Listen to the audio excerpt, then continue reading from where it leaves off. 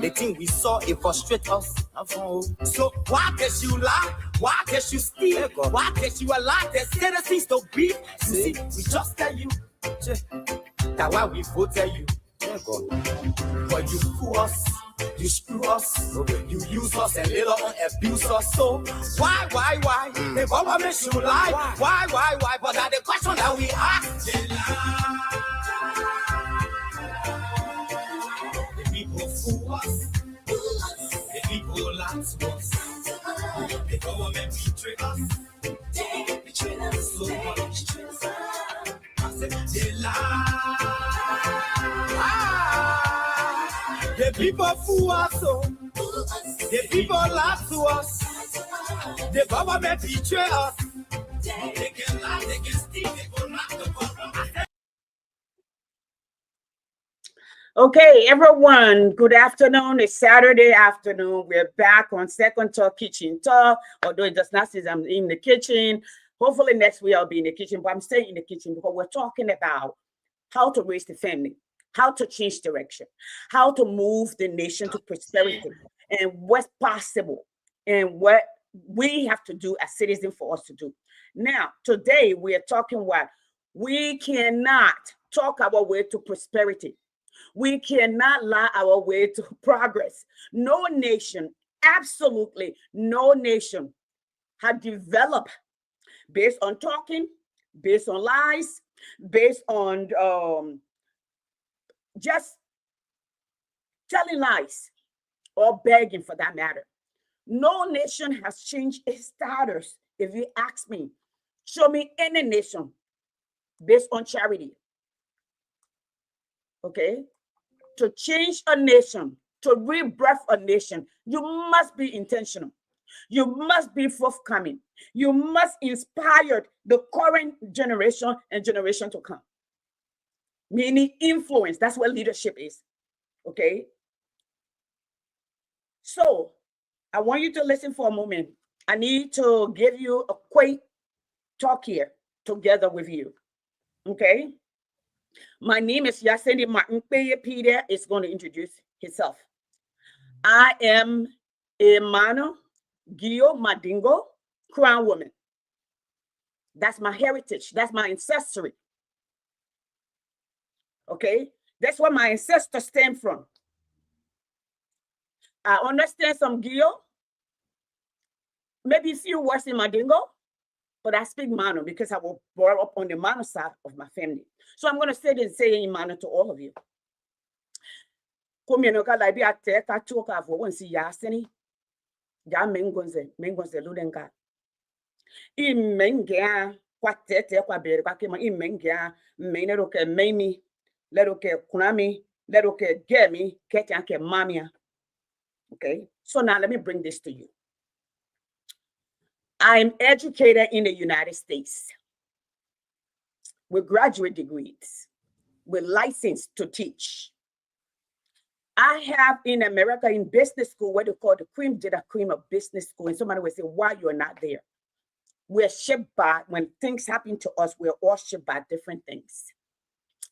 I worked for SunTrust when my father died of cancer, right here next year in my house. I know the story went out that my father died in Liberia. I didn't go because y'all can lie or lie. And y'all love people that lie. That's what we are in the doldrum, the abyss that we're in. I'm just making this how you call it. I heard my name on the platform yesterday, and I'm going to keep it this way until the person come back. When they come back, then it will be war on. Now, let me explain to you. You cannot sit on a platform with people who lie in the face of suffering of our people and talk about morality. The person I talk about, I'm a self-made woman.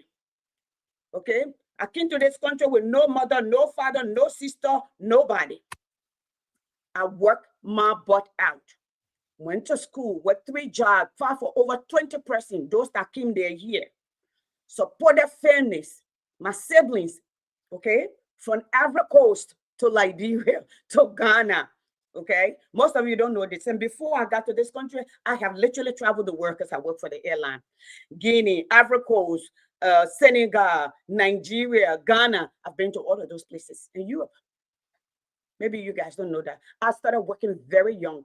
When I was in school, where my friends were looking for gorpa and god this and god that, I used to make milk candy, coconut candy, peppermint candy, cookies on Sunday when you're going to the beaches and going hang out. I'm doing that so I can sell it to have my own money. My mother is next door. She will tell you, when I talk on this platform so everybody can hear me. I grew up here in Georgia. Now, you got a woman who her only claim to fame is through her mother. Young lady, where will you be? You were born here. You were born here in Milwaukee, America, United States. You went to Liberia maybe when you were, I don't know how old, one time. You were born here, young lady. What did you do? You had to go to Liberia because your mom had connection. And you got to Liberia. You thought you were up because you had no experience. You did not have the requisite education. You did not have the apprenticeship. You did not have the requisite experience that will prepare you to get to where you are, the position they gave you. But you got in that position because of your mother's connection, which is nepotism. You can sit on the platform and question a woman like me who rolled up my sleeves, who worked my way, who burned my midnight candle. You went to school in Minnesota. How many schools you were suspended from? Have I failed in school before? Yes. Coming to America to go to college here in a big old place. Yes, I failed on classes, but I've also made the principal list. I've got this scholarship. I want you to remember that. Because number one, when I first came here, the English in Georgia were different from the English I know. These slogan, these different, they were quite lingual. I didn't understand them. Okay, so I navigated my way. Now, you cannot sit on platform with rapists and liars and rogues and undercover funny people. Okay, you cannot back a man who lied on his best friend and say he didn't know him and try to assassinate and bring him down because you're on salary. Go defend yourself. Because the large government you were in, you could not coexist in any of the department. And because of your mother, they keep moving you from department to department. In the end, you end up running away. Guess what happened? You left. You were not in Liberia working. You were still getting paid until George Weah came to power. You want to talk about me? Never mention my name, because I will come for you. I will come for everybody that behind you. All the trouble you're caused in the country, I will come for you. Don't ever come for me if I don't come for you. You have talked about me from chat room to chat room. The last time when you cursed Peter mom, or you call her names and call her illiterate, you come from the freaking illiterate town. Okay? That's 80% of Liberia you're talking about. That's my mother that you're talking about. That's my grandmother that you're talking about. Okay? The beginning of Liberia, women were not allowed to go to school.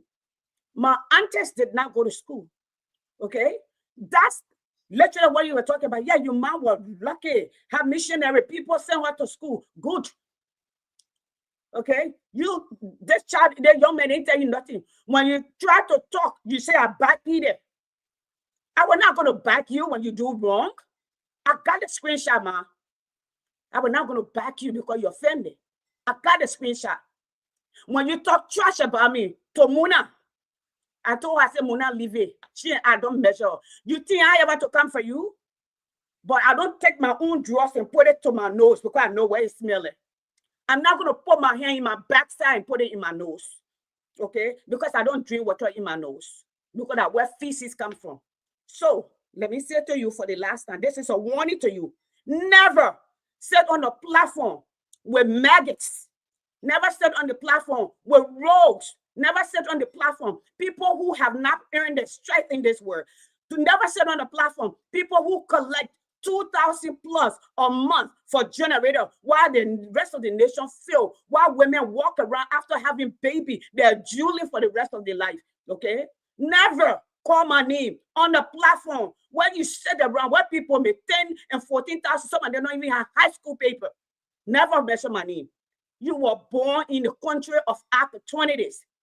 Your attitude make you a failure. That's why I will call you. Because you know what? Had it not been for your mother, you would not have the face. you will not be in the position. So you can't measure up, man. You can't. I'm a self-made woman. I went to school here. I went to grad school here. I work here. I work in telecommunication and electronics. That's a brain work. That's sciences and math. When I saw that was not enough, I didn't get enough of how the world works. I went back to school. I went to business school where I learned how the world operates. I went back to school. I studied history. I went and sat a 4-hour of tests so I can have the license to teach. So we are not equal, old lady. You were born in the hospital with bed with white sheet on it. You were born in the hospital where the hospital had baby clothes to put on you. Diaper. I was born on banana leaf where my mother cut her lapa and tie on me. Yes, a woman who cannot read and write at the time. And I'm proud of the woman that she gave birth to. And I turned around and took care of her. I am one of the blessed women. That's why I speak the way I speak. You would never measure up. So for the last time, this is your warning. Don't come for me. So your Nima people who like to say, yes, Cindy, leave stuff alone, you call her or you call her man. She don't want to go to war with me because I will call her out. And I will implicate everything that I know about her. Okay? Go back to Minnesota and go to school, man. Okay? Or go back to Wisconsin. You were running around here talking about everybody want to kill you. Go back and give the money back. I wish you never responded to the GED report that you stole money. And you come and talk about somebody can lie. Okay? I'm not in Liberia. I talk about Ebola. I was the face of Ebola in the United States. Go to CNBC website. Go to CNN. You'll find my name there. You will find my name there. I have pictures when Obama came to Georgia to Emory. You heard when Obama were talking about that. We stood out there. Even Dacia, who support you, go at Dacia. I got pictures all over. Go to the Sierra Leone website. It will tell you that. We contributed immensely to bring that to bear. Not only did I, Alexander Cummings' wife, Teresa Cummings, and I were at the Carter Center for the fundraiser to talk to the people to help our people. Where were you, Ma? Where were you? Where were you, Ma? Where were you, Pa? Where were you, Mouth? Where were you? Okay? When Alexander Cummings left from here and took a plea, where how you call it? My daughter, my oldest daughter, were working for CDC at the time, Center for Disease Control and Prevention. Okay? She volunteered because of me. The child grew up here. My daughter lives in Texas right now. She taught in education. She taught in South Korea for 5 years. You know what? It was scary when she signed up. The people said because of her proximity, they didn't think it was safe for her to go to them. So they told her they were going to put her in support logistics to go to Africa, but she could not go in the country. What have you given? You are taking, you and your family, all you've ever done is take and take and take. You are one of those parasites in Liberia. Peter, I'm sorry, I'm going off. I needed to get off my chest because this is years coming. You sat in chat room. You insult everybody. You have insulted me. You have lied. Every time people come, because you tell them you're my family. I didn't want to come here and call you out. I ain't afraid of nobody. If you're my family, you will know in the family, everyone is afraid of me to some degree. Or they respect me to some degree because they know they want to talk, their family talk. They don't want the truth. They don't have me in there. That is true. Like you told them. Yes, they may not like me because I talk what I believe in my heart is true with no reservation because I'm different. I'm the freaky black sheep. But guess what? I am the first woman in my family to have gone to school to get a bachelor's degree. I am the first woman to have gone to school to have gotten a master's degree. Do you want me to continue? I am the first woman in my family to have worked in finance, to have worked in tech, electronics, telecommunication. At this point, I am the first woman in my family with more than 2 graduate degrees. So go sit down. Can't talk about Ebola. I am done, Peter. We will not lie our way to prosperity, nor will we talk our way to progress in Liberia. So it's time for us to look in the mirror and see what's staring back at us. How does that happen? You talk because you have not studied. What separates you and I? or any of us and some of us, is we live it, we experience it, we learn it. So we have, not only do we have the theoretical bike into that, we have also done analysis and references and research to that. We didn't just read, we have case study to show that to us. You won't sit and pick it back up for us. Ma, you were here with me. You wanted to be on my platform. I put you on my platform. The next minute after having a conversation, you went on what they call it, Focus on Liberia, and you tried to lie on me to Dennis. Go back. I registered that business. I opened Focus on Liberia.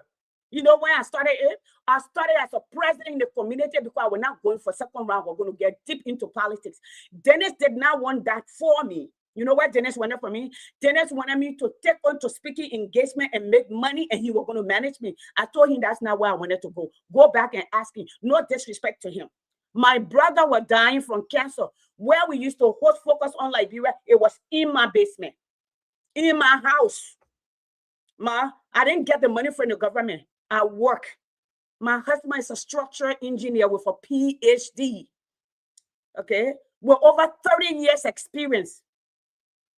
This is not to brag. Those are facts. When we're giving the opportunity to us, we took advantage of it. We stay focused. We took nothing for granted. We didn't just pray. We put in the work. We did the grinding. Stay up late. Stay hungry. Eat noodles. So, don't call my name.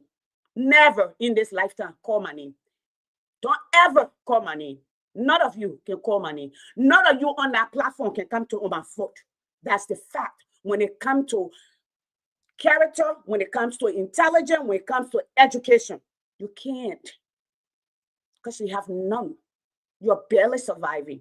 You need government to survive. You don't need it to help the people. You're not there for the service. You look away when you see little girls die. Like Joelle Howard Taylor, who doing the more than me issue. She said, you rather than be a prostitute and get be in school while they get AIDS, or they must be in the street and be prostitute. She was a vice president when she made that. She was in the position of power. She had the power to change the nation, redirect it. She flunked. Now she want to come back, her countrywoman. Peter, today I guess a blessing day for me. I'm going to start. I'm not going to say much anymore. I just wanted to clear this because this has been long coming. I try to hold on to it. So your family people, nobody will call me for any issue. You call me, I will come on Facebook and call all of your names. Then I will say everything about your two. You're bad. You're sorry again. You're welcome to second talk. Peter, I'm sorry, but go ahead, oh man. No, you have nothing to apologize to. As a matter of fact, I'm glad you addressed it. Just the audacity of the character assassins. This is not. I was going to say that's not your character, but I hope it's your character when someone's attacking you or trying to character assassinate you. You fight and you defend yourself. It's as if someone broke into your home and you say, oh, I'm not a murderer, so I'm just let them kill my family. No, you're going to get shot right in the face. Doesn't make that person a murderer. It just means that they're going to defend themselves and defend their family. This is a tactics that these people use to disqualify other people, to character assassinate them, and they're comfortable with that. And it's mostly people who haven't accomplished much. I love that you said how you took it out the mud. People from my type of background, which is most of the people, respect that. We don't speak just because we want to speak. We are informed on what we're speaking. And not only that, when we speak here, the things we speak about is actually things that we're actually getting paid to do. So we went to school, got the knowledge, and now we are able to take care of our families with the information that's in our head. When you allow people to character assassinate you, it literally undo everything, all the work that you've put in. This is what happened to Mr. Cummings. I'm glad you spoke up. For a long time, I was telling the ANC people, you need to address this calling this man a homosexual thing. And most of them were saying, oh, just let it go. No. Let me say a quick story. This was in the early 1990s, United States. One of the biggest brands at the time was Tommy Hilfiger. Tommy Hilfiger was a brand at the time, and there was a rumor going around in a black community that Tommy Hilfiger made a statement say he didn't want black people to wear his clothes. That is Okay? correct.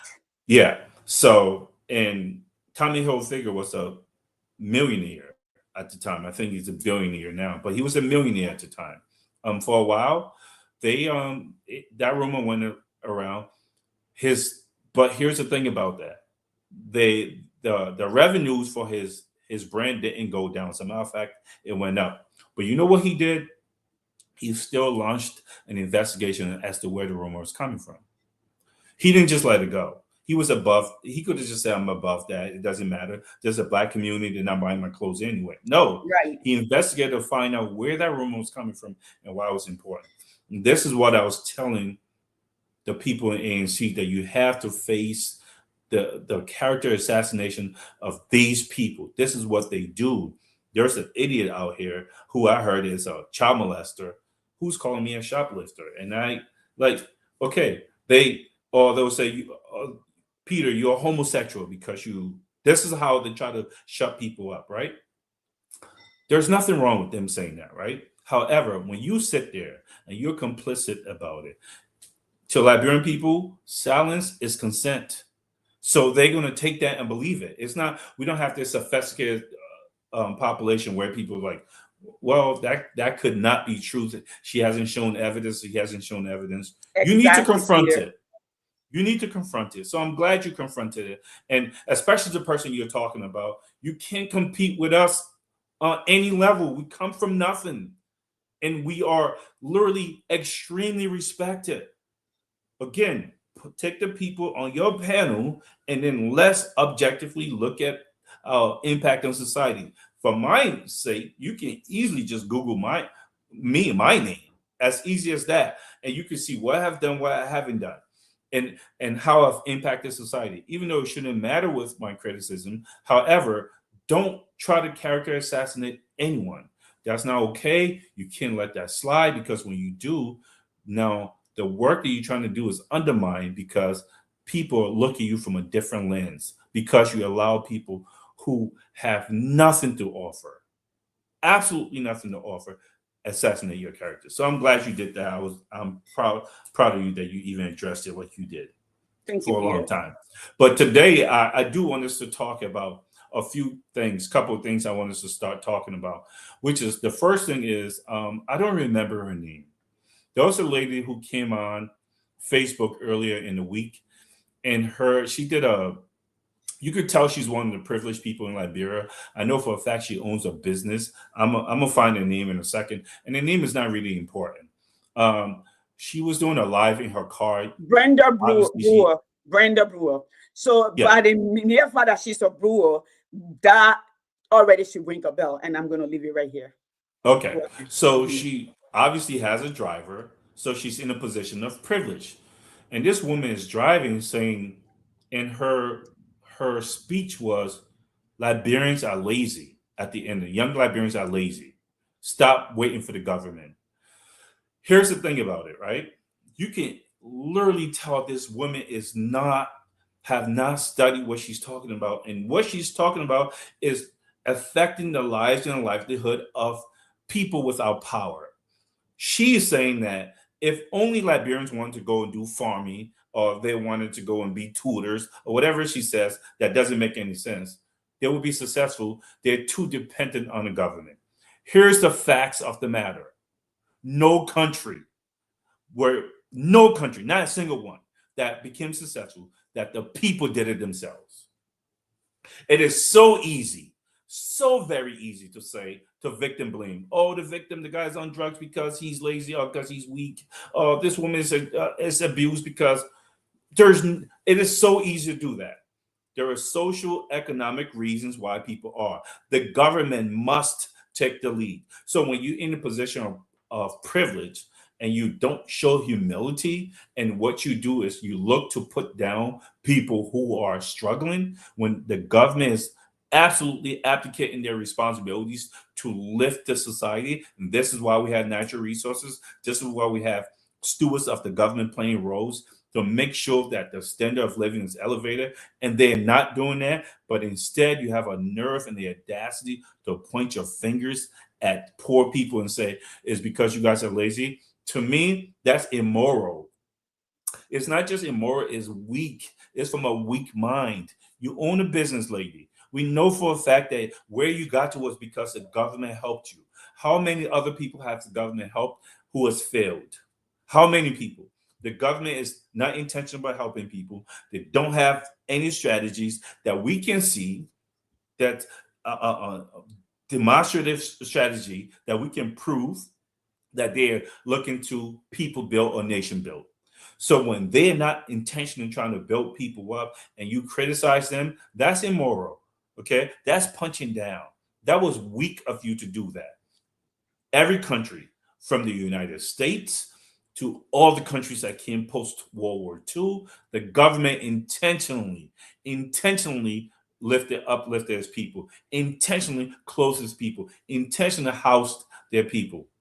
Every country. And we do this every week. The reason we mention these countries, from South American countries like Paraguay and Uruguay, all the way to Colombia, all these countries, even countries that are not doing the best, but they're far ahead of Liberia because the government intentionally did things to revenue generate and take care of its people. To South Korea, to Japan after the war, to Singapore, to all these countries, the Philippines, the government helped the people. What have you studied, lady? Show me a nation that the people did it by themselves. You know what she's going to do? Show you none. And she's going to say, go do your research. There's no research to be done. Educate yourself before you speak generally about the suffering of our people when the government is the government's responsibility. They do the heavy lifting to help the country. The people don't do it themselves. Are there people in society who are going to be lazy? Yes. Just like the United States, they invent so many things. There are people here who are happy with being on government assistance. There are always going to be people like that in society, but that's the government role to make sure that those people are okay. When the government starts to do that, maybe then you can criticize the weak, the poor a little bit. But until then, when you stop breaking down their homes, when you stop overtaxing them, okay, when you start creating jobs, when you start making sure that their country is not run, the economy is not run by foreigners, then maybe you can talk. Until the government comes up with policies that is working, that's able to do that, you don't get to criticize people. One more person, Joel Howard Taylor, before I let you land on there. Joel Howard Taylor talked about how the country is, there's too much criticism of the government, right? Joel Howard Taylor, you, first of all, was one of those privileged people who benefited from the killing, the absolute brutalizing, the murders of thousands of people. You have the audacity to speak. You need to show humility and just shut up. Not only that, you became a senator. Please tell me the policy that you put in place that helped the country, that built any systems, that is helping the country become a better place now. Tell me that policy that you came up with. You came up with none. You became vice president. What did you work on? Okay, so I will go into details a little bit about Joel Howard Taylor and what other first ladies or other people in government, what they work for compared to what you did. Yes, in democracy, that's what's supposed to happen in opposition. Okay, they're called dedicated objectors in political science for a reason. They are supposed to criticize the government and they don't have to be balanced. They are supposed to shine a spotlight on every little error. And this government is one breathing, walking, talking, drug using, drug peddling error. That's what this government is. And we're going to continue to shine the spotlight on it. If you want people to stop criticizing, do things to uplift the people. So I'm going to stop here, Yacendi. So I'm looking forward to that conversation today. Thank you, Peter. Thank you so much. So we are talking about, we keep talking about how, because we're referencing, okay, we're using this different case study to point you in the direction, to tell you you don't have to re-engineer per se, okay? This is what you need to do. This is how nations are built, all right? Because we studied it. Now, first thing that you need to do,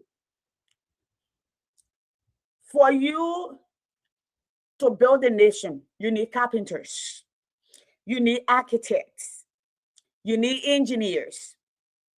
You know the first group of people you need teachers, you need educators.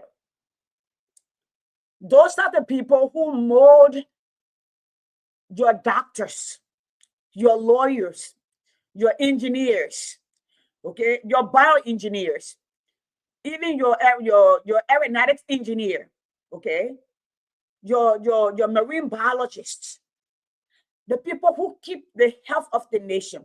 So you need those put in place. I see somebody on here and say, I heard in America teachers don't make money. Yes, teachers don't make money in comparable to the job that they do. That's what it means. So process it.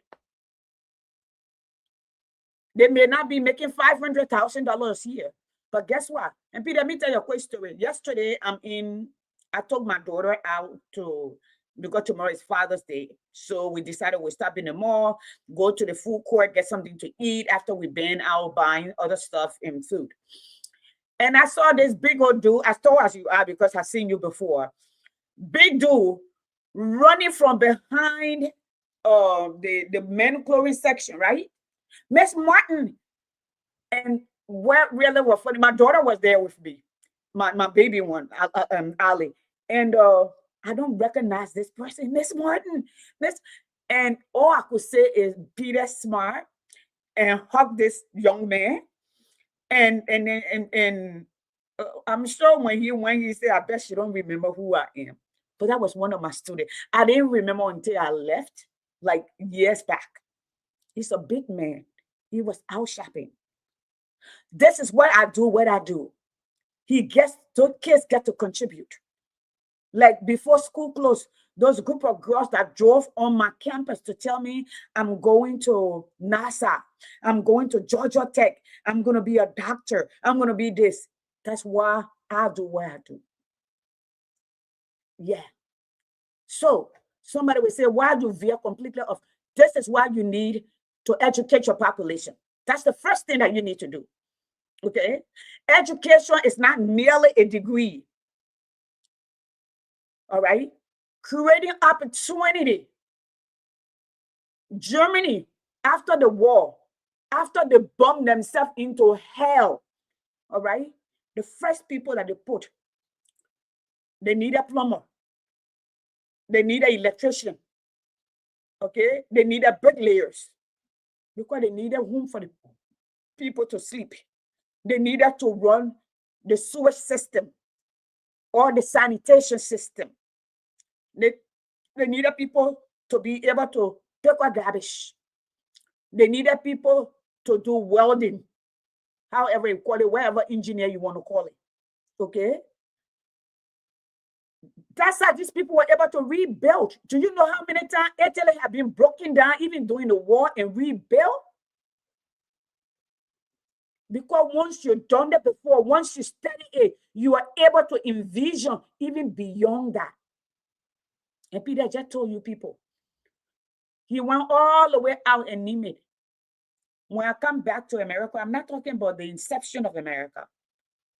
After America, human disaster, the war that killed millions in their own country. Then there was depression. There were 30 million Black people who were not considered human, and they went to war and came back. That needed a place to be. In Jersey, up north, the government built skyscrapers with hundreds of units to put people in it who could not afford.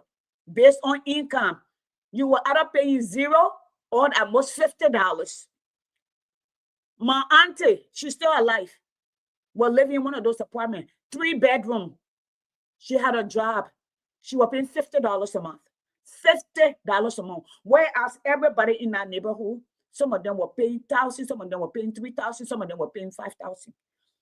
Based on their income. They were calling the place called Duncan Avenue, or they call it Project. When you come into my house, downtown Lawrenceville, there is a housing complex there. Some of them got Liberian people living there. They're low-income home, okay? And it depends on your income. They put single mothers who got children who don't have any income. The government also gives them food to eat. You know, when you're sick in Liberia, you say tax season coming and they're coming to Liberia. That's how it works. As I was looking at this scope yesterday, where it said, if you make so and so amount, you are in poverty. If you make so and so amount, you're just below, above the poverty line. If you make so and so amount, you're middle class.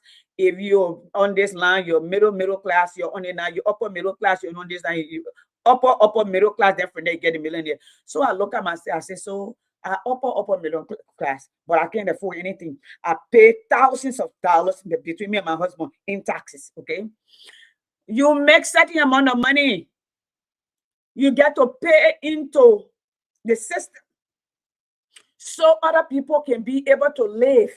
So those who below the poverty line can live, okay? And we, some of us Liberian, we also take advantage of the opportunity. We do all of this clean. That was sometimes when they ask us for audit, we ain't got information to give.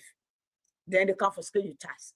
So depending on the income and the amount of dependent you have and money that you spend, they give you back your taxes you paid. Sometimes depending on your level, they give you more money to sustain you to be above the poverty line. That's what the government do. And I went back to during the Great Depression after the war. They build homes. We've seen that with Traoré. Traoré is fighting on 3 fronts. He's fighting his own country people and the religious people who want to bring him down. He's fighting the European who want their natural resources and don't want them to be independent. Okay. He's also fighting the poverty. The first thing he done is he building school all over the country. That's the first thing Jomo Kenyatta did when Kenya became independent. And now when did he do that? I'm not telling you Jomo Kenyatta was perfect because they stole a lot. And I can talk about it different day because I studied their history. They're coming to be. Okay. So what else did they do? What else did he do? He built hospital. Traoré is doing the same thing. Traoré is literally copying the South Korea model. He said no girl under 18 will be married. It does not matter what the father or the mother says. They will not allow 50% or 51% of the population. They will not be shortchanged because they need their contribution to build their nation. So he creates schools. You see, the school girls went to go meet with him. He building a clinic in almost every 5-mile radius. So instead of you going build one JFK where everybody have to travel from Grand Jida to come, okay, you have emergency medicine coming to the people. He sent his people to Russia. When Russia asked him, what do you want? China asking, you want rice? Japan asking, you want rice? He said, no, I want transfer of knowledge. You know what that means, Liberian? Training. Because when you transfer knowledge, it goes on for 100 years. That is 5 generations. Now, Peter, I will start right here. So we don't build our nation on lies, on sitting on the platform and lying. Okay, somebody texted me this morning and said, Stacey, I leave it alone. That's a distraction. It's a distraction from the drugs. Y'all were here pounding. Peter, let me talk about this. On George, we are. I get it. And Joel Howard Taylor, no disrespect to you, ma. Liberia has given you so much. Go sit down if you don't have solution. I know you will have Lofian. I know this is your government. I know Bwaka wife is your family. I know that, but go sit down. Okay? You got hospitals in the country that have no medication. You have women crying for help. You got nurses using the lawless in the country and paralyzing women, giving people things that they don't qualify for, anesthesia in their back, epidural in their back, nurses, 2 nurses, and cripple the person. I don't see any news. We haven't heard from the justice minister. We have not heard from the hospital board. We have not even heard what's going on. It's just individual advocating for this girl, laying on her back. The rest of her life, she will lay on her back. But you're talking about bad things. Joel Howard Taylor, my job is not to come and praise government. Okay? I'm a patriot. Patriotism means supporting my country, not supporting the government, especially when the government not doing right. You have a president who told us he would ride wheelbarrow. Less than 2 weeks later, he bought millions of dollars worth of cars.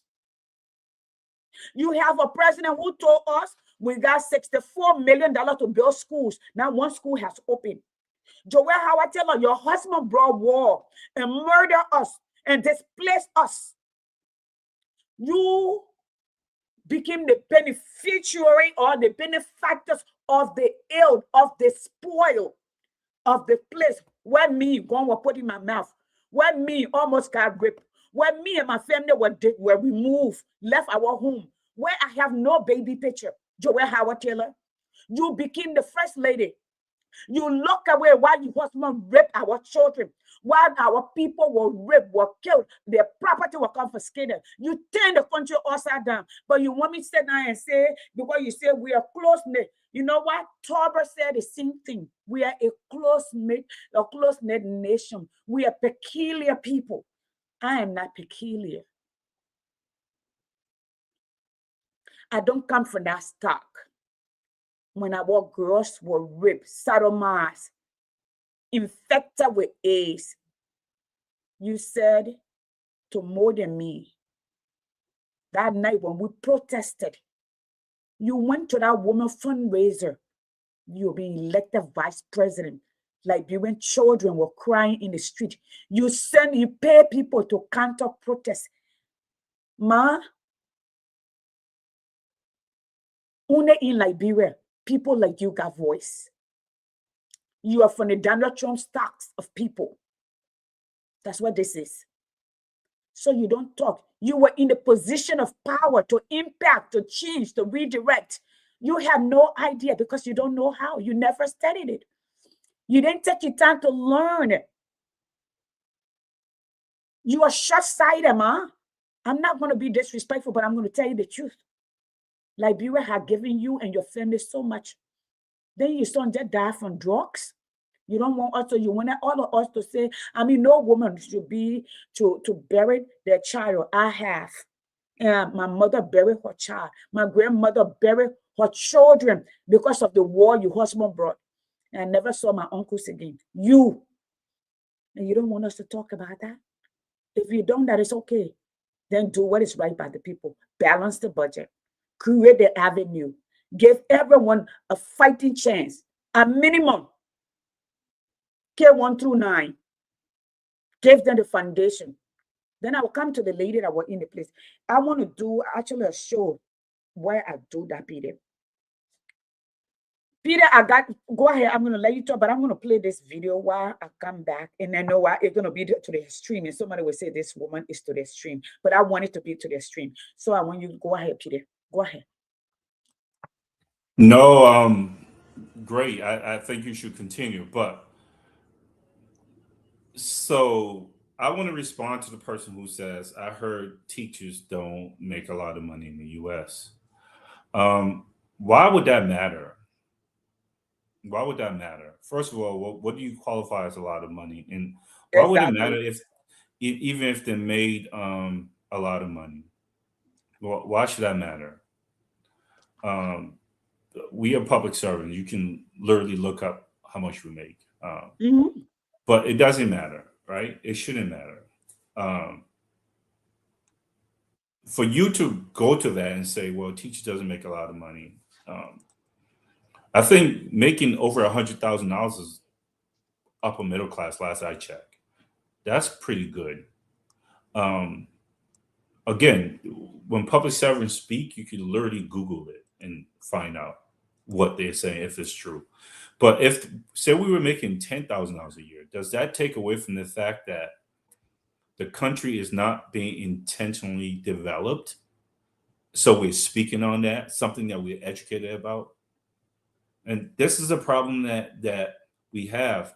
There were slaves who were okay with being slaves. And the slaves who were trying to run away, those people told on them, said, this person is planning an escape. And that's what I hear when people like the person who typed, teachers don't make a lot of money. Compared to who? Compared to who? Don't make a lot of money. And if they didn't make a lot of money, why would that even matter to you? Does that take away from the facts that was stated that the government should be intentional about lifting the country out of poverty? Does that take away from the fact? So when Yaseni talked about how other nations built homes for people, for their poor, is our government doing that? Is our government making sure that our kids have health insurance? That's what the government is supposed to do. This is what the government is supposed to be doing at this time in the history, not building roads. We should be taking care of people. The biggest needs that people have, shelter. What has the government done to take care of shelter? What have we done intentionally with our resources to make sure that our people have homes, somewhere to lay their head at night? That's what successful governments do. That's why we speak about it. So when Joel Howard Taylor says that the government is doing well, and we rebut and say, no, they're not. As a matter of fact, they're doing the opposite of well, because we're looking at how well the government officials take care of themselves compared to how they take care of the citizens. Again, I want to go back to Joel Howard Taylor. When she was senator, A, she didn't come up with any policies that helped the people. B, the other thing I forgot to mention about this woman, right? Besides saying that the country should be a Christian nation and we should raise how much we pay government officials because people beg too much. What was your policies that you came up with, Joel Howard Taylor, to help people not be beggars? Shouldn't you be ashamed that your people that you're supposed to be representing are beggars? You didn't come up with any policies. Okay, you took the time when you came to America, instead of advocating to somehow connect the diaspora Liberians and to have some form of free, and we kind of have it now, but to have a tariff-free, any kind of export-import business, you didn't do that. When you went to Congress, met with Congress, you wanted to talk about how can they release your murderous husband. Right. We lying on you. You went to Right. Congress and asked him to release a murderer.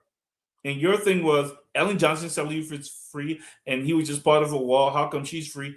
Instead of sitting here and saying, how can Liberia economically benefit from the huge population that they have in America and to open a market to both? You didn't come up with that. You instead wanted to make our country a Christian nation, and you wanted to get paid more money so you can do handouts. What do you know about developing a country? When have you talked about that? Show me the clip so we can go back. Show me the write-up. Show me the interview that you talked about how nations are built.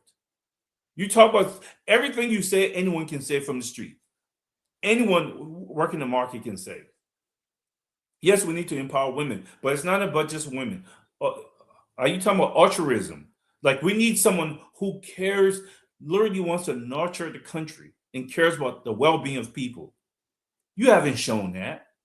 Okay. As a matter of fact, you complain when people ask you for help. So what are we talking about here? You're not the type of person who should be in leadership. You took leadership by the barrel of the gun. You need to show humility. You don't get to tell people who are struggling that they complain too much. That's abhorrent to do that. You are telling people who are suffering and saying we don't have hospitals because we have people living on the floor at JFK. And now what are you doing? Opening a hospital. What skills do you have that made you a millionaire that you're able to open a hospital? Tell me that talent. That Bwaka wife. Mm-hmm. Tell me that talent. Where did it come from? Where did the money come from? How did you earn that? So when you tell people, and it's okay for you to strive and do whatever, but you don't get to talk down to our people. You don't get to do that. At least you don't get to do that and go and get away without someone rebutting what you just said.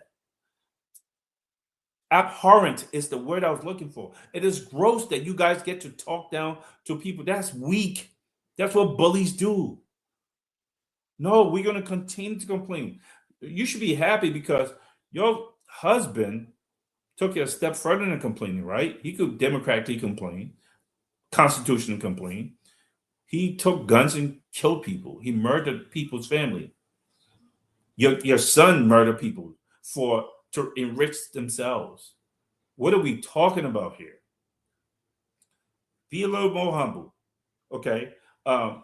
Again, going back to what Yasendi was talking about, how is the government intentionally making sure that our people have shelters? This is what we're talking about. How are they making sure that they're intentionally making sure that our people have access to adequate health care? How are they making sure that there are jobs? What are the policies to show that they're intentionally trying to create jobs? Muntaba Traore from Burkina Faso, this is what these people are doing. It's a blueprint on how you raise the nation, you elevate the nation. We are saying they're not following it. There's a way you cook a food. They're not doing that. And you guys want us to not say anything about it. How dare you? Like, who do you think you are? And here's the thing that's sad about it. You are people who are void of information. Not only do you have no empathy, you're a deadbeat. Whenever you hear an American person say deadbeat, that means you don't have a heart. You people are deadbeats. You don't have a heart because you don't care about the suffering of the people. No. You don't get to talk down on those people. You don't get to talk down to those people without us speaking back to you. This is where all the exchanges come in and your tribal people. I don't give a damn about your tribal people. I don't care. You don't care about me. I don't care about you. It's that simple. And this is how the Civil War transpired. This is how it transpired. You have people taking advantage of vulnerable people. Here's the thing about all this talking, Yasendi. If I wanted to, and if you wanted to, just be quiet, based on our credentials, we would be part of the UP government elites. We would be on the panel speaking, saying, well, the government is doing well. They're building roads. They're going to build one more hospital here. That's not how you do it. It's not one more hospital. That's not how you do it. You don't build roads when you have other means of transportation and people are still starving and don't have homes. A lot of the people who are on Facebook and on these public media, on these mass media typing, that government will not even hire you. They will not even hire you. You know why? Because you're not credentialed. They're looking for credentialed people. We speak because it needs to be spoken. It needs to be said because we know what's going on and we are honest. We have integrity. What is happening in the country is not how it's supposed to be. So we're going to continue to talk about that. Okay? I want us to talk about the promises that Joseph Boyka made, Yasendi. Listen to this man. I don't know if you have the videos, but I'll find it and hopefully we can play it. When he was running to be president, the things he said, our kids are lingering in the streets. So he's talking about people need to be developed. That's human development, right? He's talking about the people, there are kids selling in the streets. The rice is too expensive. Our people have no jobs. These are everything he spoke about was people-centered. He becomes president. Show me the policies that he's showing you that he's people-centered. This is why I call this man, a lot of people call this man 419. He knew what should have been said. He said the right words. He knew that. He doesn't have the skills to change it, but he said the things that he knew people wanted to hear. And you know what what they wanted to hear, and it's true. They needed relief. So he spoke to that. He spoke to that. After becoming president, this is why it's so hard for so many of our people to believe people who are just speaking the truth, because like, oh, once you get there, you're going to do the same thing. I don't blame them for saying that. But here's the thing. There's a track record of people with integrity. And this is where we come in. We have to point out, this is why I point out the fact that Joseph Boyka sold that Fula man a sick, skinny goat. Should have told you that's a red flag, it's called in America. That should have told you, caution, this is not a good person. When that man says he didn't know Mr. Cummings, that's a red flag. That man's a liar. He would do anything to be elected. And we still voted for him. So it's not the promises that was made, it's the person who was regurgitating the things that people wanted to hear. And we should have, and this is why we caution it. And I caution everyone on our team, stop being afraid to speak truth to power, because on the surface, it all looks the same. Which takes me back to the character assassins. So when this woman comes out and says, and we would love to see her master's graduation pictures. I just want to see some pictures of the degree. And say that, oh, this person's a liar. What she is trying to do when I talk about character assassination, which is akin to killing someone. If you're going to destroy someone's character, you're destroying that person as a person. And this is what we allow people to do to Mr. Cummings. When that woman comes and says, oh, Yasendi is a liar, and I know her, you're destroying her character. You're destroying her as a person. What she's really saying is she's just like us. We that take money from the country, we that steal money. Okay. I said it. I was in a group that Mo Ali accused you of stealing money from MTA and bringing it to America. And it was in a report. I was there. I was there for that argument, that back and forth. You can't be stealing money and lying on people. When Yasendi confronted me about, oh, this woman said you insulted her mom. The bad thing about that conversation is the conversation was on text. So it's called screenshots. I could just send it, and which I did. I'm like, she's a liar. Here's the conversation. I said everything you got was because your mom helped you. You roll off the coattails of your parents. It's on screenshot. So it's not she was defending me. She read the interaction. So you're the liar. And then you come out and say, oh, this person's lying. Well, it's in black and white. We can't alter the screenshot, can we? What are we talking about here?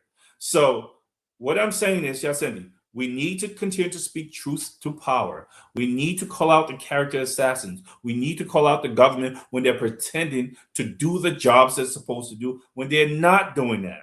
Because if we don't, and we just say that's my tribesman or that's my party or I benefit from that, nothing's going to change. If nothing changes, is this the Liberia that we want? Is this what you want to leave your children? Is this a legacy that your generation wants to leave? I say no. I say no. So we're going to continue to talk about that. We're going to talk about how every country, and I dare these people to came out and took care of the human needs of the people and human development first.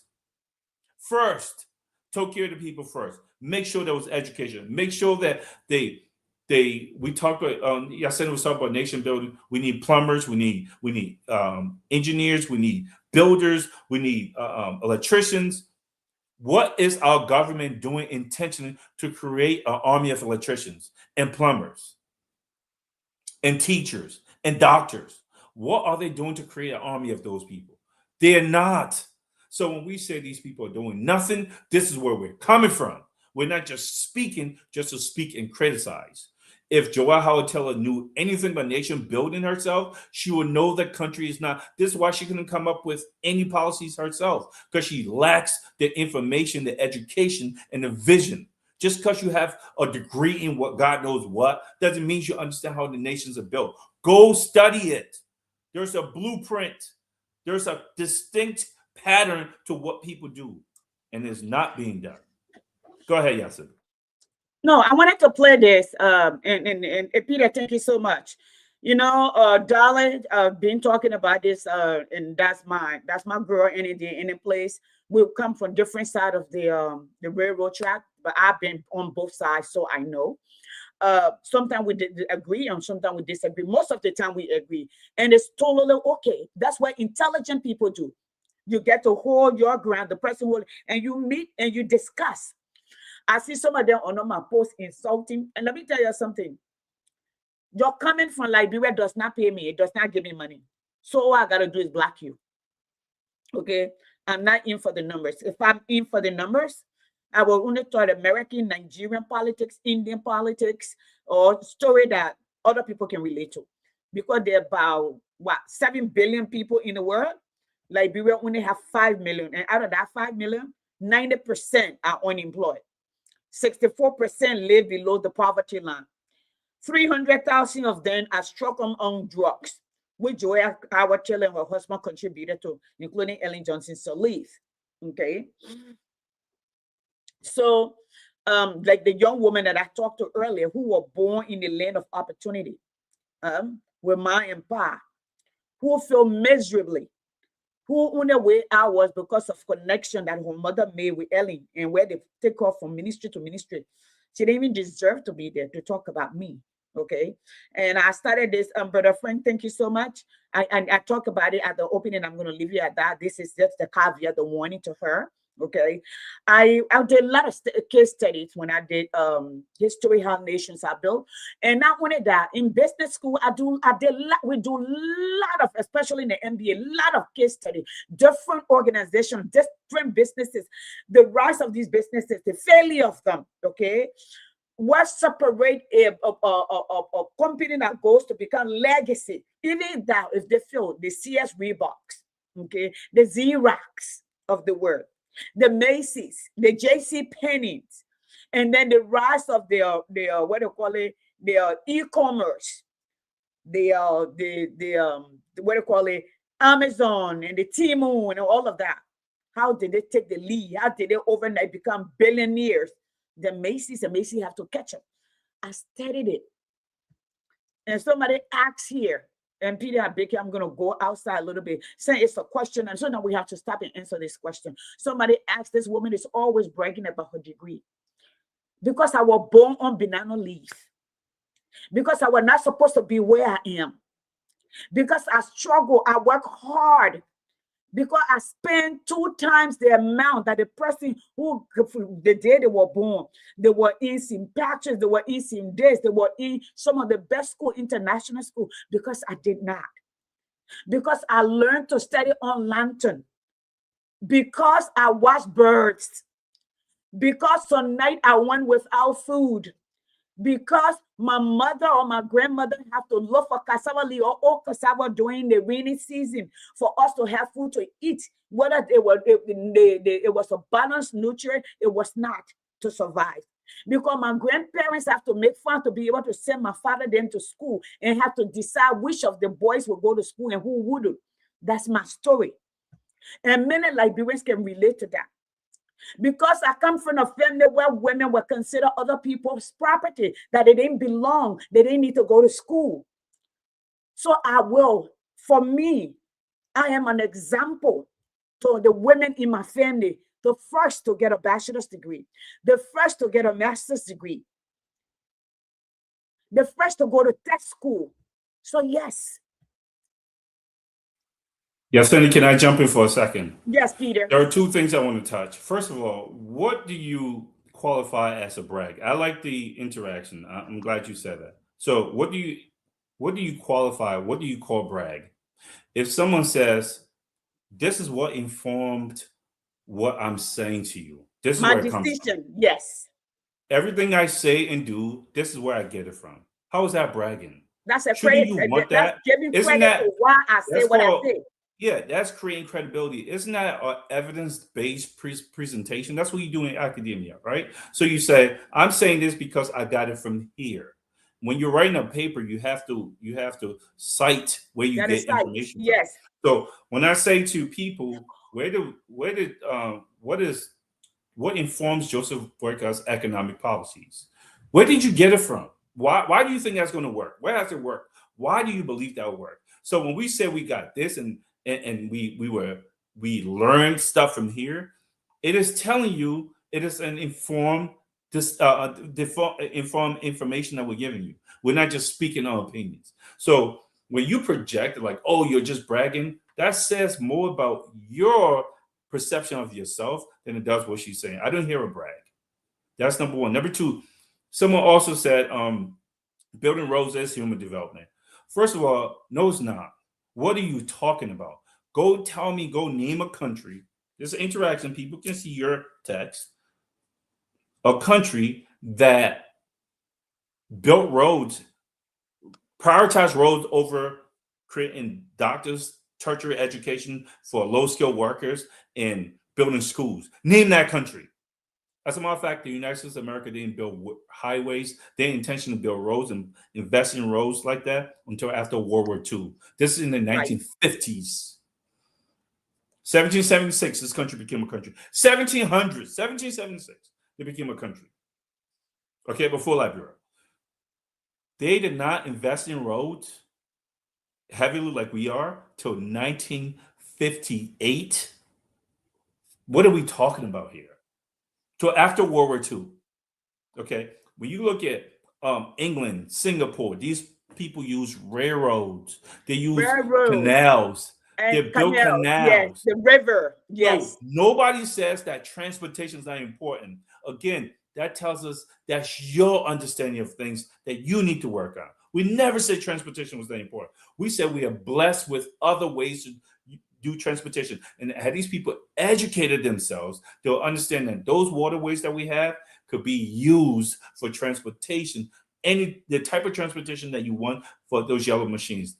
And then we could have taken the money and built homes for our people, prioritize our people, give our young people jobs and skills and careers, and build hospitals. That's what we're saying. So my challenge to you is, I dare you to come back, right? It's a double dare. Come back and show us a nation that prioritizes building roads in its early infancy over human capital development. There is none. And here's why we continue to belabor this point. Because it's a proof that the people who are leading ran to the front of the line and they are uneducated on how to build a nation. They don't have the empathy. They don't have the altruism. That means the care for the people, the kindness of the people. They don't have any of that. They don't have the people at heart.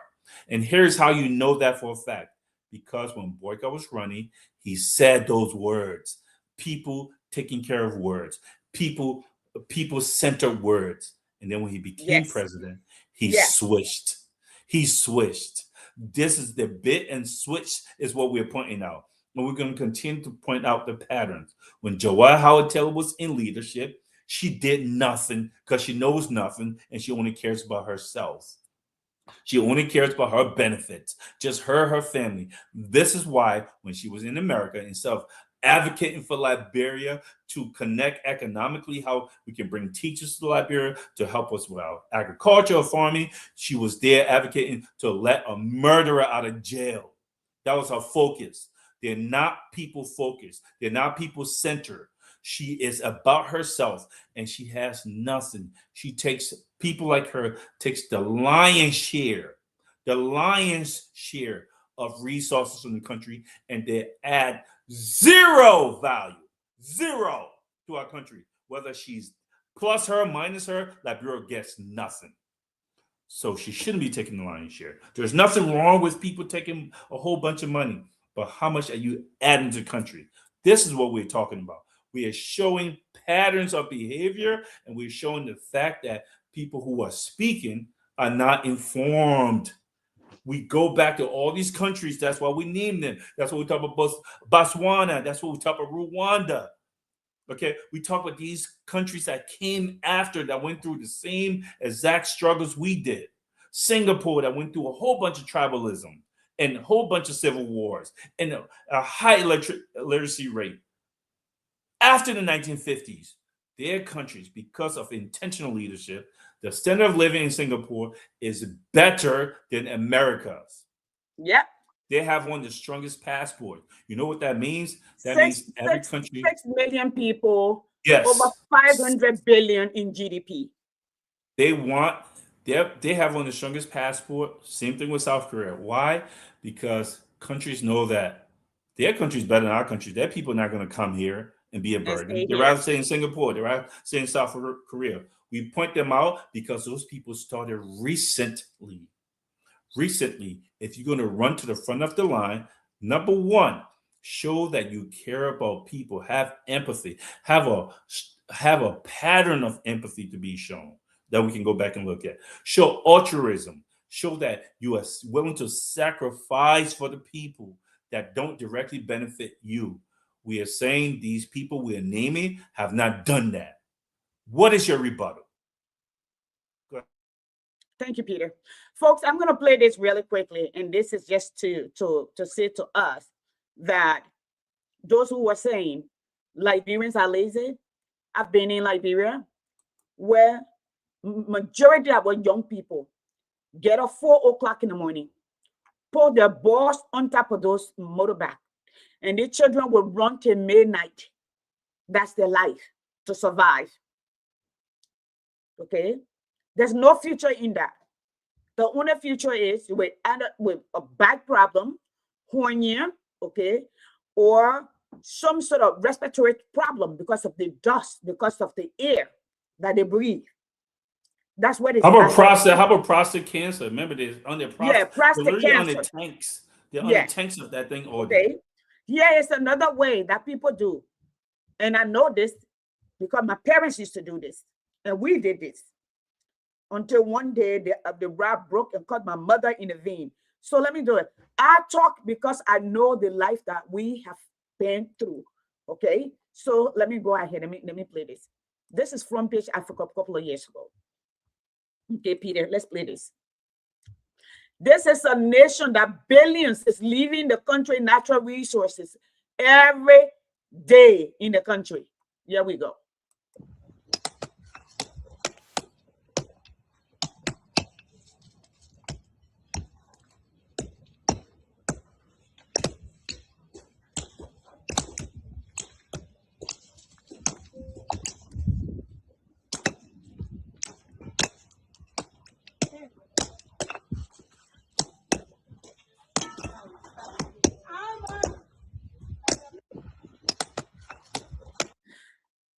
I've seen this with my own Ahalefe also. This is Doazon. This is a couple of years back. Okay. Some of the reasons for which the people voted for Bouaka. These are Liberian children under the ages of 10, 9. Okay. They break rock just to survive. While you pay $65,000 or $45,000 or millions of dollars for cars, that is your workforce sitting on that floor. Okay, I hear people giving suggestions. Our children are not taught, or at least majority of them, to think and think critically. It matters. They have not been taught to fail and try again. They have not been taught and reassure majority of them that it's okay to make decisions. And if you feel that's it, try out. They have not been guaranteed or supported that they have opinion. They tell you, go sit down, you get too much mouth. The last I checked, just Joel Howard Taylor was 2-term senator, one of the largest population in the country from Bonn, and also has a Lothian heritage. The last I checked, she was the first lady of Liberia. She built houses. She was cleaning those houses. She was there when her son Chucky busted my cousin's head because he dodged people sitting on the sidewalk at education, and the man had a 9-month pregnant wife. He took gun and put it in his head and busted his brain because he wanted him to run over those people off the sidewalk because it didn't matter. She didn't speak to that. She said to us, and I will play that video next week, we Liberians, we are close-knit family. We're close-knit, but you live in a gated community. You have 24-hour electricity. You have clean water. You have tower over your building, a reservoir that is purified.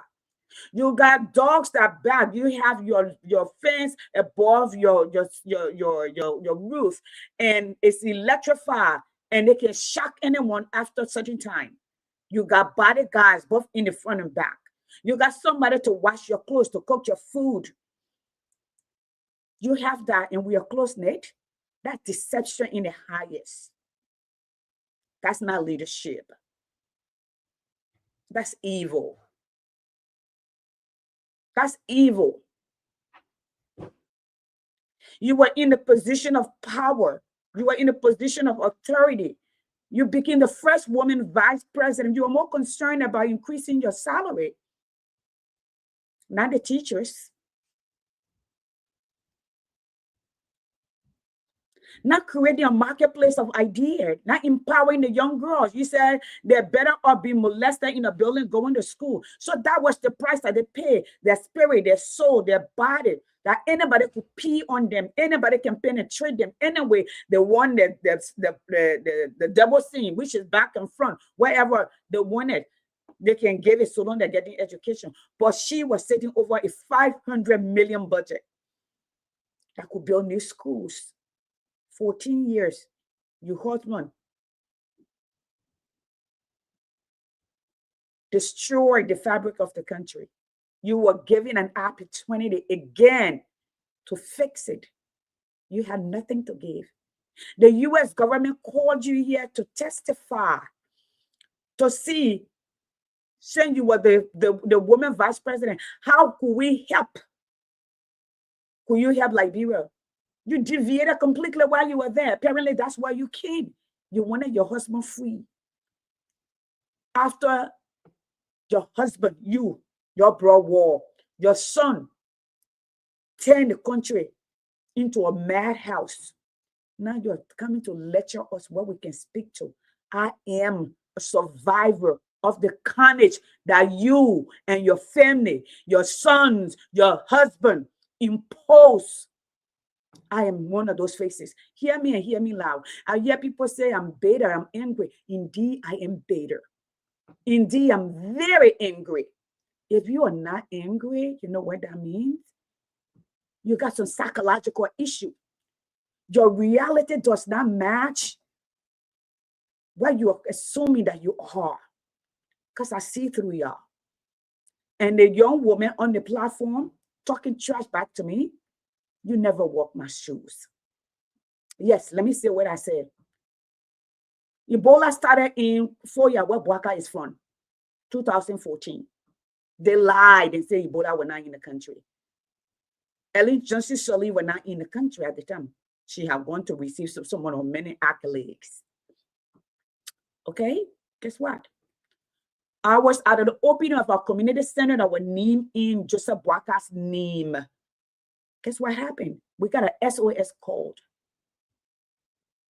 Sawyer was on his way coming from Nigeria. He had died.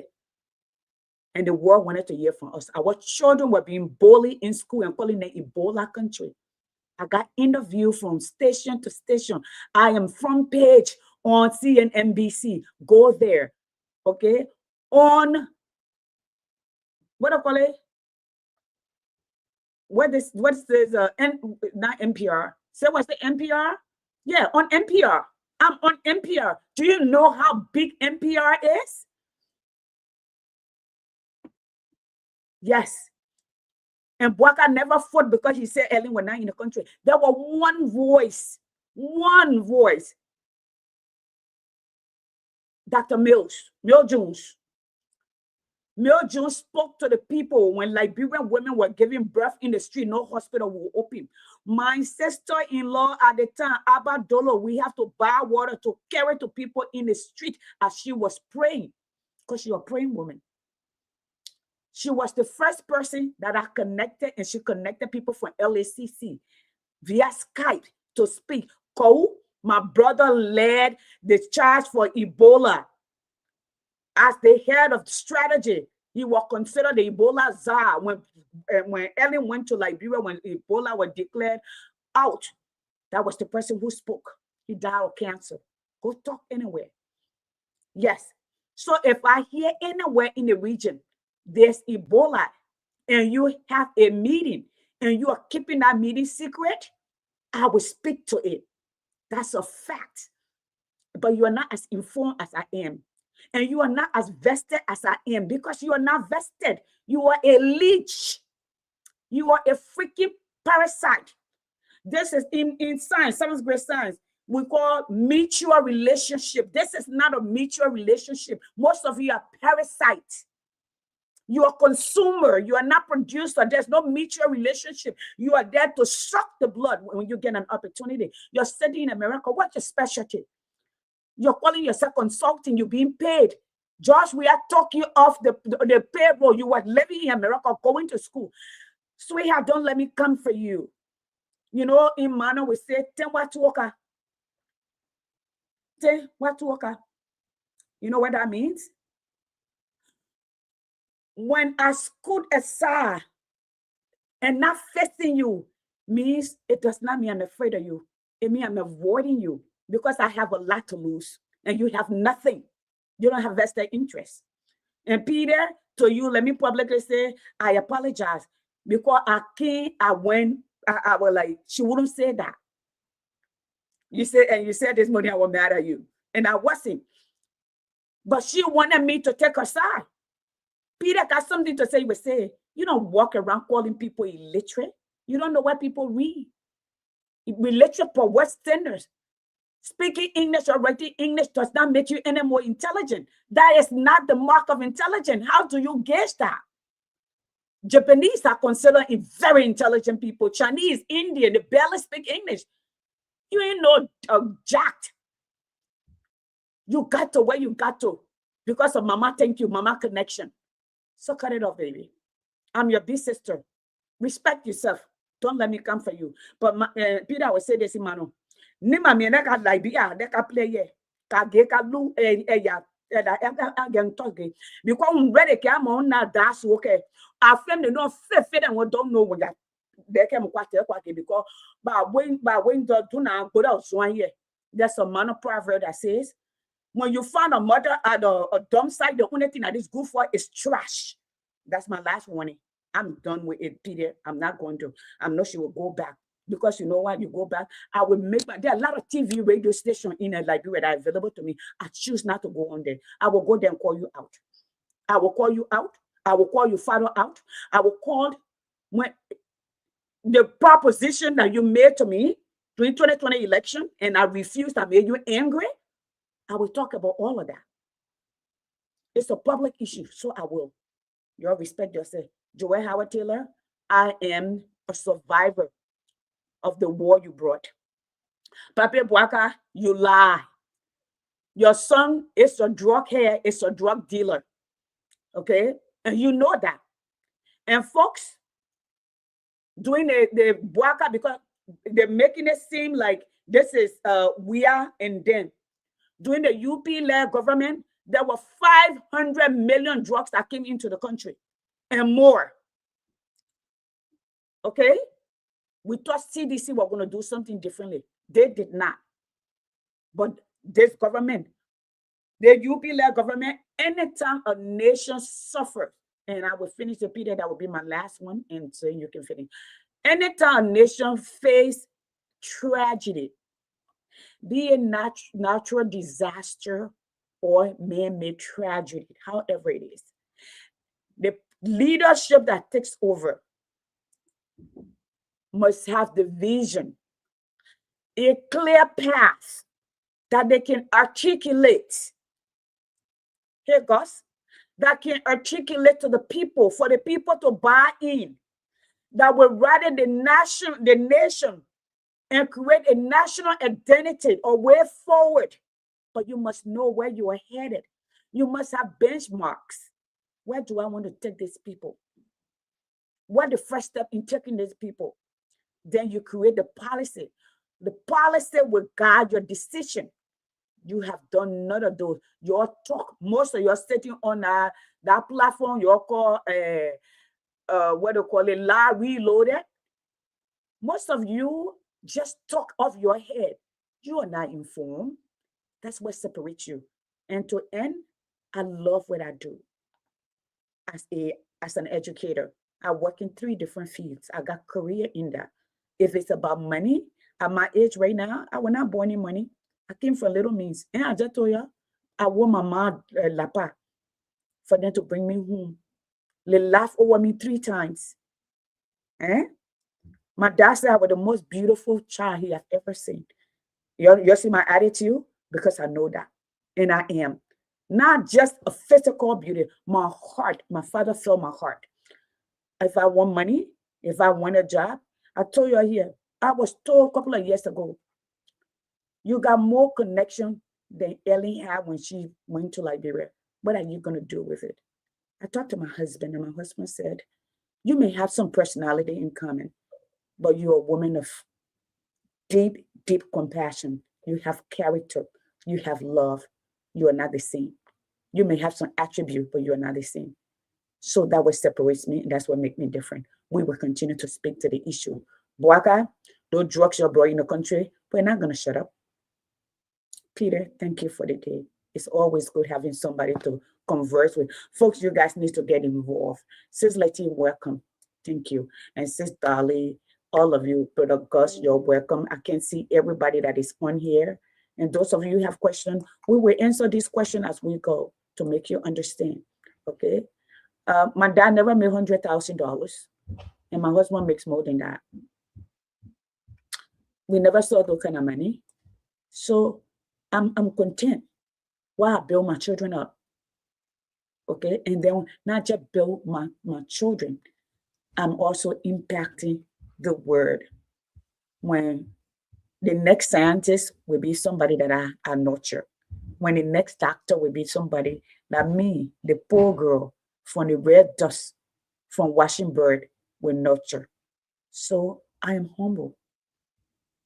Peter, thank you so much for the day. The rest of you, thank you for coming to watch, to be a part. Please share. Sis Letty, you're here. Please share. Brother Gus, please share. All of you. Sis Dolly, thank you for your voice also. Please share. Maybe next Saturday you can join all the Dolly. Peter, there you go. Yeah, so first of all, thanks for the conversation. So let me close on this, right? Whenever we speak about our national politics, we talk about what ought to be. This is what democracy is, right? It's a marketplace of ideas. I remember asking over and over, what is Joseph Boyka's educational worldview? What is this economic worldview? And what informs it? Here's why that's important. First of all, I don't know who's talking about $100,000. Yes, I'm a teacher. I make more than that. Again, you could just Google it. I don't know why we talking about how much people make and how Peter, that don't even worry about it. Don't worry about it. Keep going. The people are like pirates. They repeat. They just repeat. Yeah, focus. But that's fine. But again, I don't know how it adds or takes away value from a person based on how much they make. When we ask about educational worldview, when we say that a person in leadership should have this, this, and this, we're simply saying that there's a mindset you have to have, and there's requisite information you should have to help you get the job done. When you hear people make excuses and say Liberians are lazy, or Liberians should stop complaining, that tells you these people have not studied society. They haven't studied governments from other places, because there's nothing unique about Liberians when it comes to that. How are Liberians lazy? It's the same Liberians that supposed to get a visa and come to America, they work 3 shifts to send money back home. How are they lazy? Are they lazy, or is it the fact that you just not present opportunities for them? These are the same Liberians who come here and work entry-level jobs in group homes and are able to build big homes back home and take care of their family while paying their bills in America. How are they lazy? Do you understand how many hours you have to work for that? And how is a lazy person able to do that? No, we're not lazy. Okay, we're not lazy. It's just that we don't have the opportunity. No. What is Joseph Boyka's economic worldview? That means, how does he see economies? Does he care about creating a middle class? What has he learned about middle class?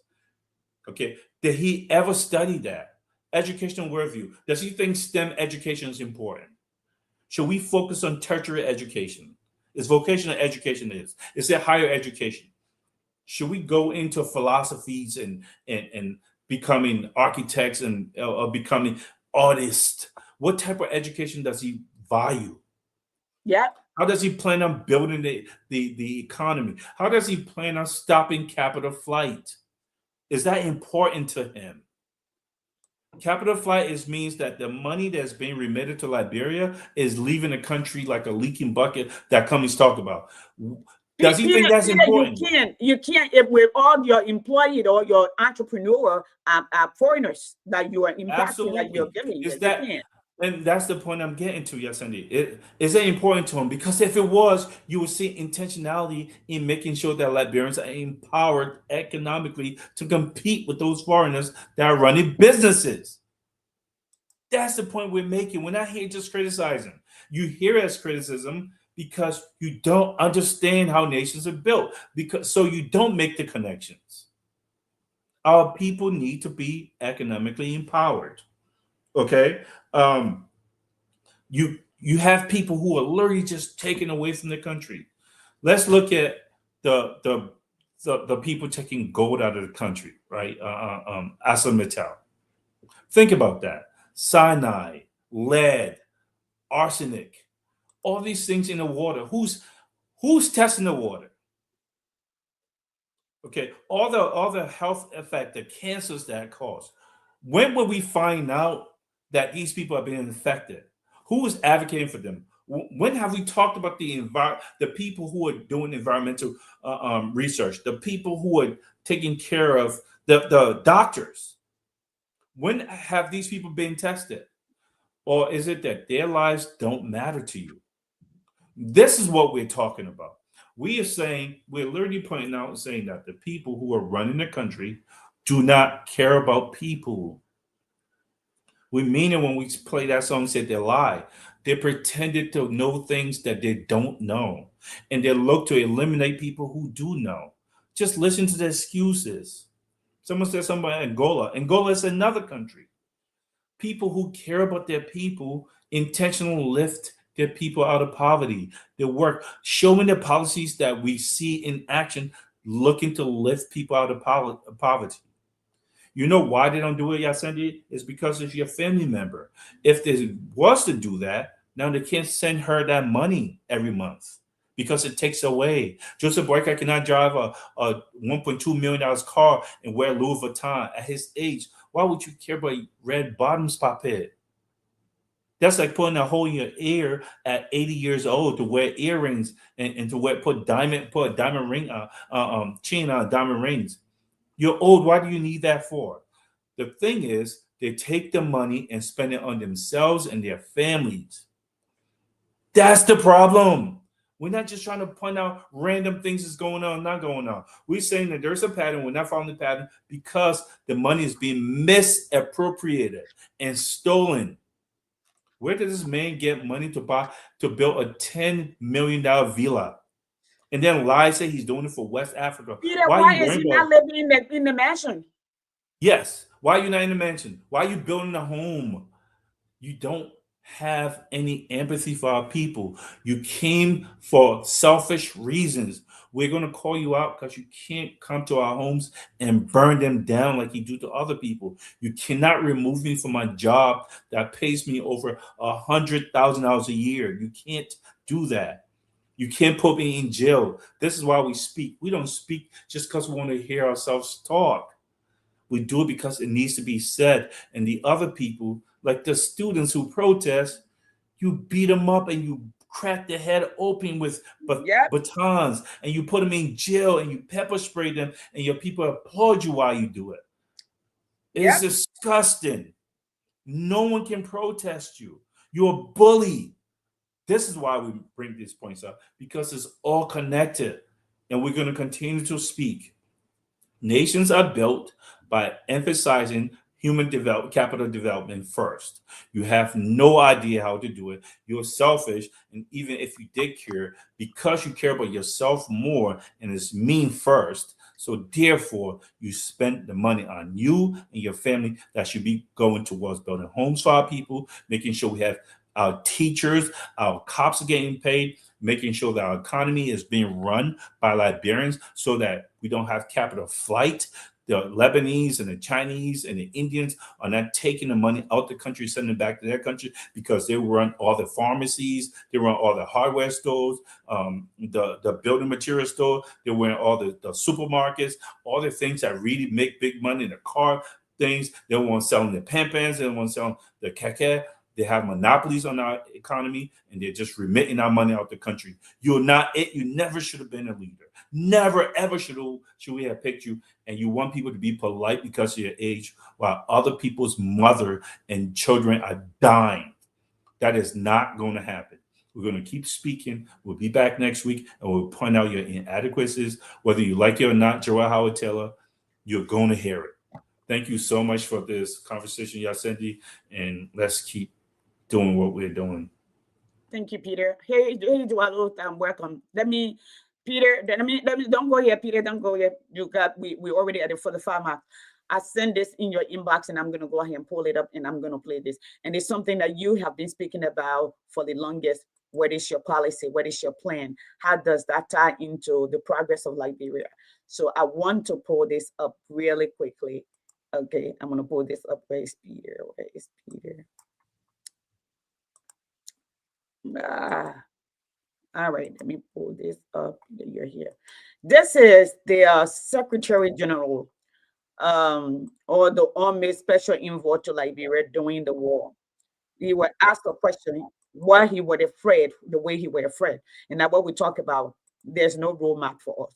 We don't have people who have strategies to how to get Liberia out of the doldrum that she's in. So I'm going to play this, and Peter, I'm going to give you 2 minutes to talk. And just I'm not going to say anything to that. I will say something to you next week. Okay, here we go. The continent. As long as there's something in it for them. I mean, that, people are willing to try it up and down the continent. As long as there's something in it for them. I mean, the three parties now in the assembly, you see this is their way of maximizing their power by working together. But what I'm afraid of is a long-term problem in West Africa, which has to do with national leadership and chiefdoms. In other words, I've had 2 or 3 people now walk into my office and say, you're shaking hands with the next president of Liberia. And then I say, tell me, what is your economic platform and what is your political philosophy? Because as you know, if you go to Germany, you have the SPD, you have the CSU, you have the Greens in here somewhere, and what have you. If Schroeder drops dead, someone else replaces him as the head of the party. If Kohl leaves, someone replaces him as the head of the CDU. Why? Because each of those parties are grounded in some philosophy, whether it's Marxist or Kantian or something else. And each of them also then has an economic platform. Strong central government, et cetera. Weak central government, more freedom of enterprise, et cetera. We don't have that. So, Peter, this dude was talking about Liberia, right?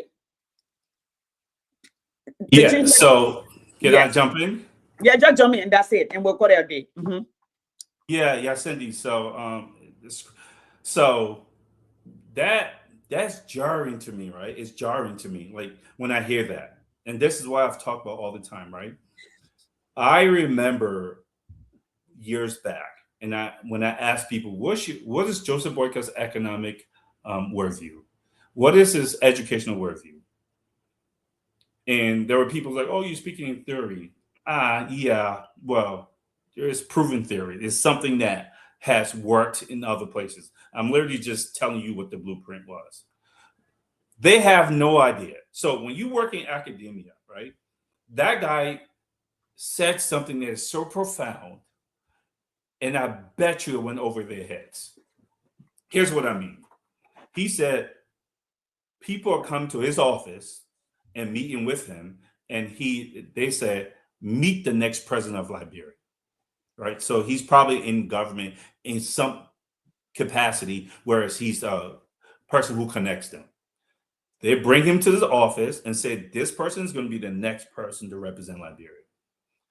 Do you understand how profoundly disrespectful what he just did was?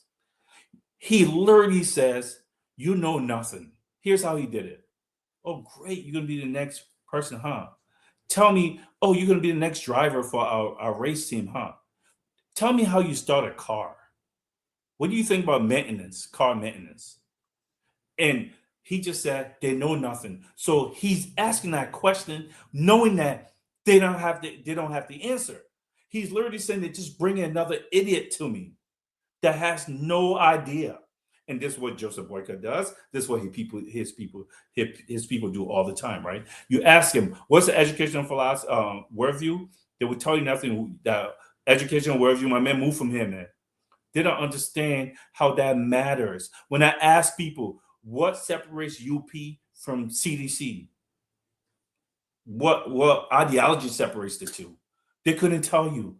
Right? And these are the people who run to the front of the line, and they're so dismissive, so flippant, so disrespectful. When you try to have a conversation, all these people, I'm talking about my brother Dwalu, all of them, put us on a panel. Let's speak to the Liberian people. Put your girl here, or get your smartest people from UP.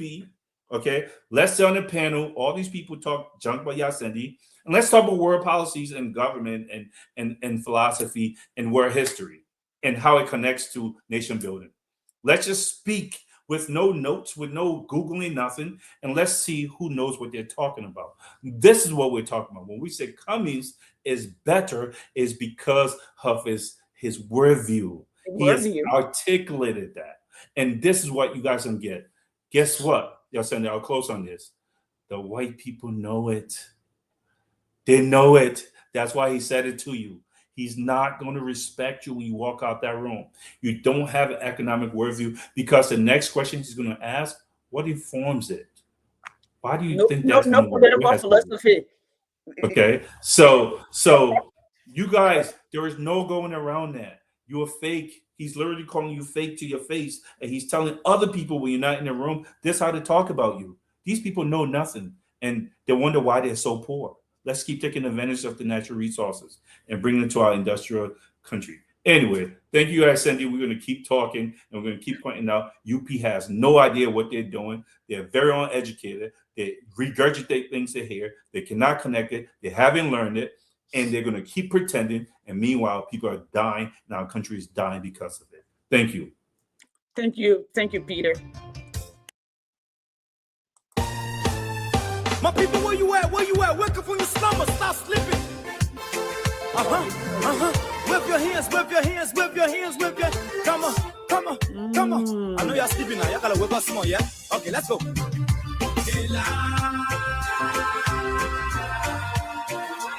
people fool us. The people lie to us. The government betray us. So much. I said they lie. The people fool us, so